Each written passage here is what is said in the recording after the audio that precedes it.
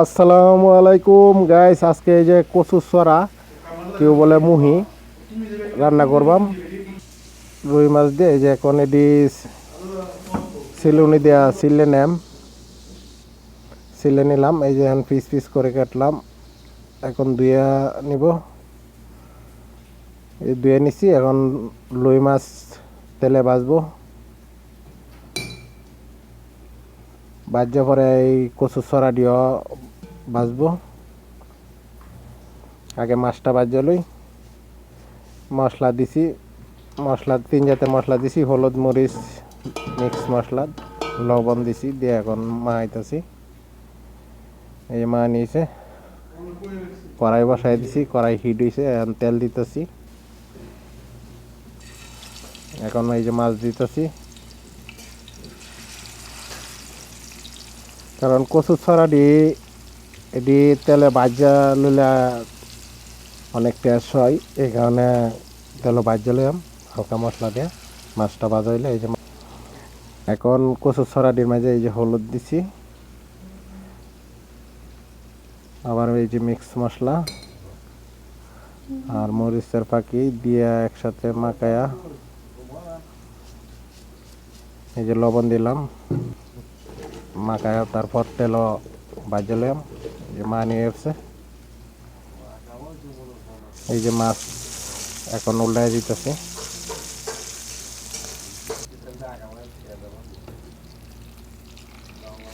এক পিষ্ট হয়ে গেছে গা, একটু কড়া করে ভাজতেছে।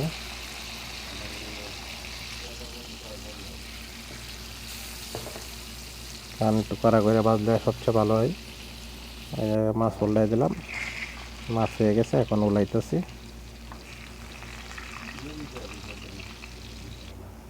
এই যে মাছ উলানি শেষ, এখন কচুর ছড়াটি ভাজলাম। পরে কড়া করবো না, এটি হালকা ভাজবাম।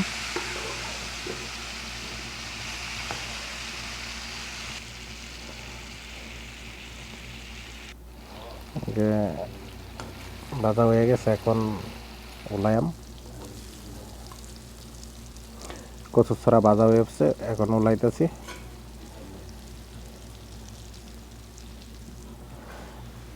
এই তরকারির জন্য পাতিল বসাই দিছি, তেল দিলাম। তেল গরম হয়ে গেছে, পেঁয়াজ কাঁচামরিচ দিয়ে দিছি, এটা একটু লাল করে তারপর মশলা দেবো। এই হালকা আদা রসুন বাটা দিয়ে দিচ্ছি, অনেক টেস্ট হবে আদা রসুন বাটাটা দিলে, আর এরপরে গলার মাঝে ধরবে না। হলুদের ফাঁকি দিলাম, মিক্স মশলা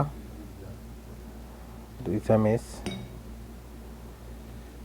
আবার এখন মরিচের ফাঁকি দিব অল্প।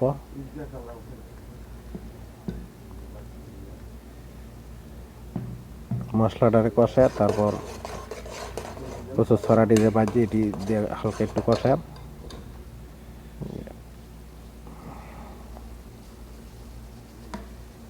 স্বাদ মতো লবণ দিতেছি। এই কষা নিয়ে গেছে, এখন কচুর ছড়া দিয়ে দেন। এটা হালকা একটু কষায় তারপর জল দেন। এখন একটু ডাইকে দেন, ডাইকে একটু কষাই দিব।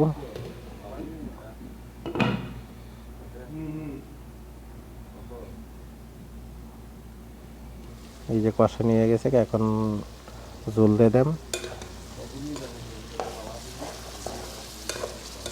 কষা নিয়ে গেছে, এই যে জল দিতেছি। আবার এখন ডাইকে দেন।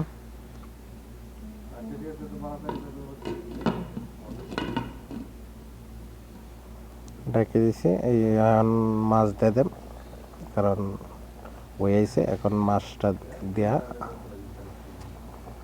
কতক্ষণ জাল দিলেই হয়ে পড়বে। এই যে মাছ দেওয়া হয়ে গেছে, এখন আর একটু ডাইকে দেন।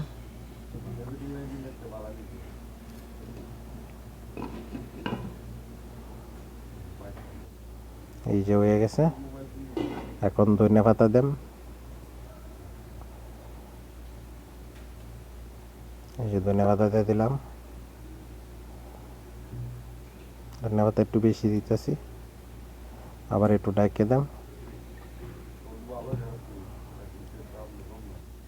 এই যে দেখেন তরকারি হয়ে গেছে।